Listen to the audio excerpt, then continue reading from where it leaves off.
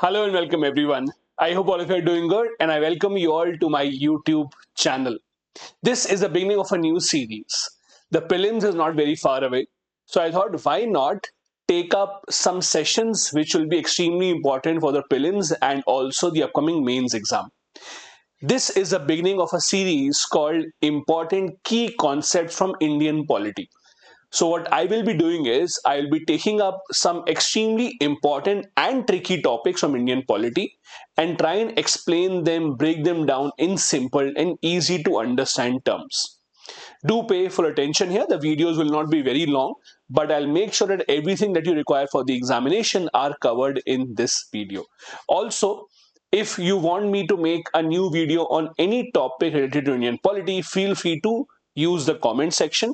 Tell me in the comment which are the other topics you would like me to cover. So the first topic for this series is the different types of majorities that we have in the Indian Parliament.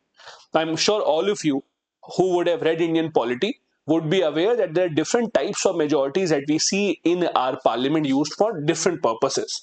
For example, the most common ones that are used in the Indian parliament, we have something called a simple majority. Then we have the absolute majority. We also have something called as effective majority. And then we have something called a special majority. All these four have their own purposes. All these four have their own applications. Now, to make you understand this, we will use an example. We'll take a few numbers so that you can calculate them very, very easily. So let's start with the first one. The first one that I would take up is simple majority. Now, to understand this, let's take a few examples. So let's assume we are talking about the Lok Sabha right now. So let's take an understanding of the Lok Sabha. Now, in the Lok Sabha, how many number of members do we have in total? So Lok Sabha total has 543 members. Out of the 543 members, there will always be certain seats that will be vacant. Again, vacant, not absent. Vacant means there is no member on that seat. Either they have been disqualified, they may have resigned, they may have passed away for whatever reason, but some seats are vacant. So let's assume for the sake of our calculation that there are 13 seats that are vacant right now in the Lok Sabha. Third parameter is how many people are present today. Now, at any point of time, not all the members are present in the Lok Sabha. On any given day, just like in a classroom, not every person, not every student is present. So let's assume today when the Lok Sabha is meeting, they are voting, there are 300 people who are present in the Lok Sabha. And also for our ease of understanding, let's assume all these 300 are voting. So all those who are present are voting. There may be a case where some person may be present but they are not voting. How? There may be a case where a party's MP is present but they boycott. They boycott in the middle, they walk out, they say that we will not take part. So they are present for the day but they are not voting. But for our understanding, let's presume that all these 300 are voting. Now, with all these numbers, let's start with simple majority.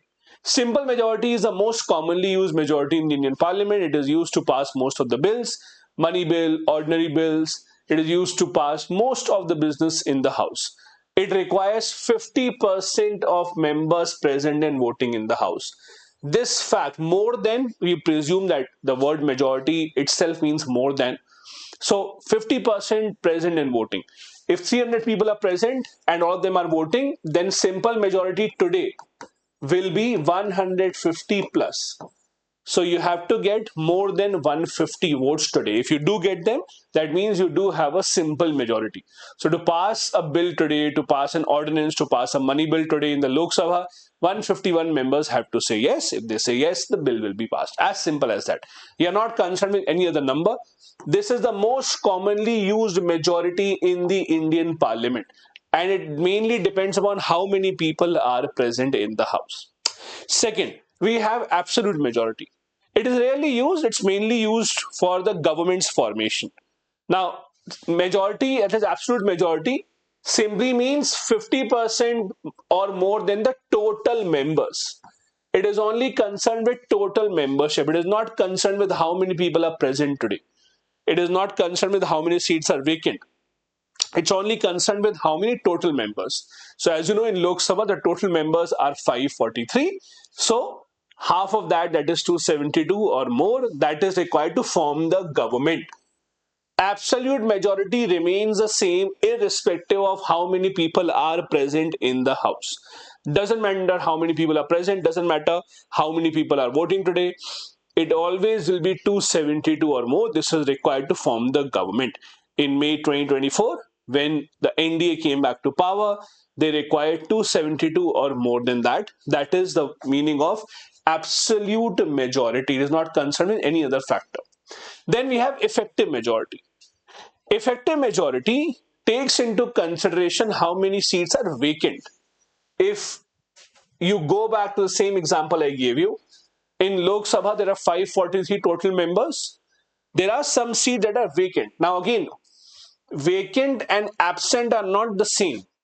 Vacant means the members have been disqualified, they have died, they have resigned, there is no one to represent that particular constituency as of now. As you know, when a seat becomes vacant, let's say a member of parliament resigns or a member of parliament passes away, the Election Commission of India has been given the responsibility to conduct by-elections. By-elections have to happen within 6 months. So whenever the seat becomes vacant, within 6 months, the by-elections have to happen. They don't happen immediately. You will see a few days or a few weeks or a few months go by. 6 months is the time period that has been given to them. Now, coming back. Effective majority is calculated how? Total members minus the seats that are vacant. Half of this number plus 1. So total, let's say 543. Let's assume 13 seats are vacant. So this number becomes 530. Half of that plus 1. So that will be in this case 265 plus 1, 266 or more. That will be the effective majority. The most important application of effective majority is if you want to remove the Vice President of India, the process, as you know, starts in the Rajya Sabha. In the Rajya Sabha, for Vice President of India's removal, the majority required is effective majority. When this goes to the Lok Sabha, it will require a simple majority. But when the process begins in the Rajya Sabha for Vice President removal, it requires an effective majority. So effective majority again takes into consideration the vacant seats specifically. Total minus vacant, more than half of that. Then the last one is a special majority. Now this is where it gets interesting. Special majority in itself is of 3 types actually. There is not just one type of special majority. It's of 3 types. First type of special majority requires 2 conditions to be fulfilled. That is, so this is the, let's assume this is the first type of special majority. This is required for constitutional amendment. So it requires 2 conditions to be fulfilled. It requires 2/3 of members present and voting and over 50% of total.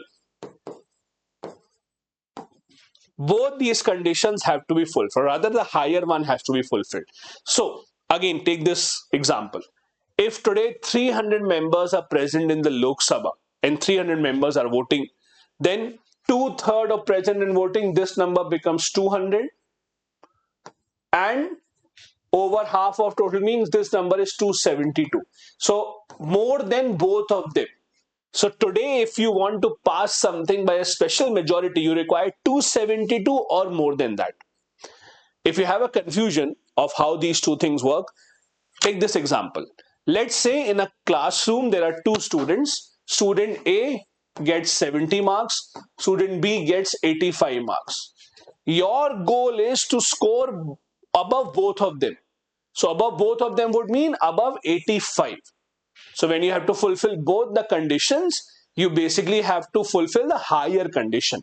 If A got 90, B got 85, then above both of them means above 90. Similarly, whichever is the higher condition in the two, 2/3 present in voting or 50% total, whichever is a higher one, you fulfill that. This is the most common type of special majority. It is required for constitutional amendments under Article 368, for removal of Supreme Court, High Court judges, removal of the CAG, removal of the Chief Election Commissioner. For all of these, you require this type of majority. This is under Article 368. Then the second type of special majority is what you call as special powers of the Rajya Sabha. Now, if you have read Indian Polity, I'm sure you would have read that the Rajya Sabha, that is the upper house, has a few special powers. Powers which the Lok Sabha does not have. Two examples. One power of Rajya Sabha is to create a new All India service. Creating a new All India service is a power that the Rajya Sabha has. So if a new All India judicial service has to begin, Rajya Sabha can only begin the process, not the Lok Sabha. Similarly, Rajya Sabha, and this by the way is Article 312, Rajya Sabha also has the power to empower the Parliament to make laws on a stateless subject. Again, I'll remind you, the Parliament can make laws on the stateless subjects as well under specific circumstances. If there is national emergency that is ongoing, if the state is under president's rule, if two or more states have requested the same to the Parliament, if an international treaty has been signed in this regard, or number 5, if the Rajya Sabha permits the Parliament. So if Rajya Sabha permits the Parliament can also make a law on the stateless subject. Now, these two special powers of Rajya Sabha, the Rajya Sabha requires a special majority of that. Now, what is this special majority? This is only one condition, 2/3 present and voting. Just this. Don't get confused. In this one, in the Constitutional Amendment one, there were two conditions that you had to fulfill. 2/3 present and voting and 50% of total. But for this one, for Rajya Sabha special power, you only require 2/3 present and voting.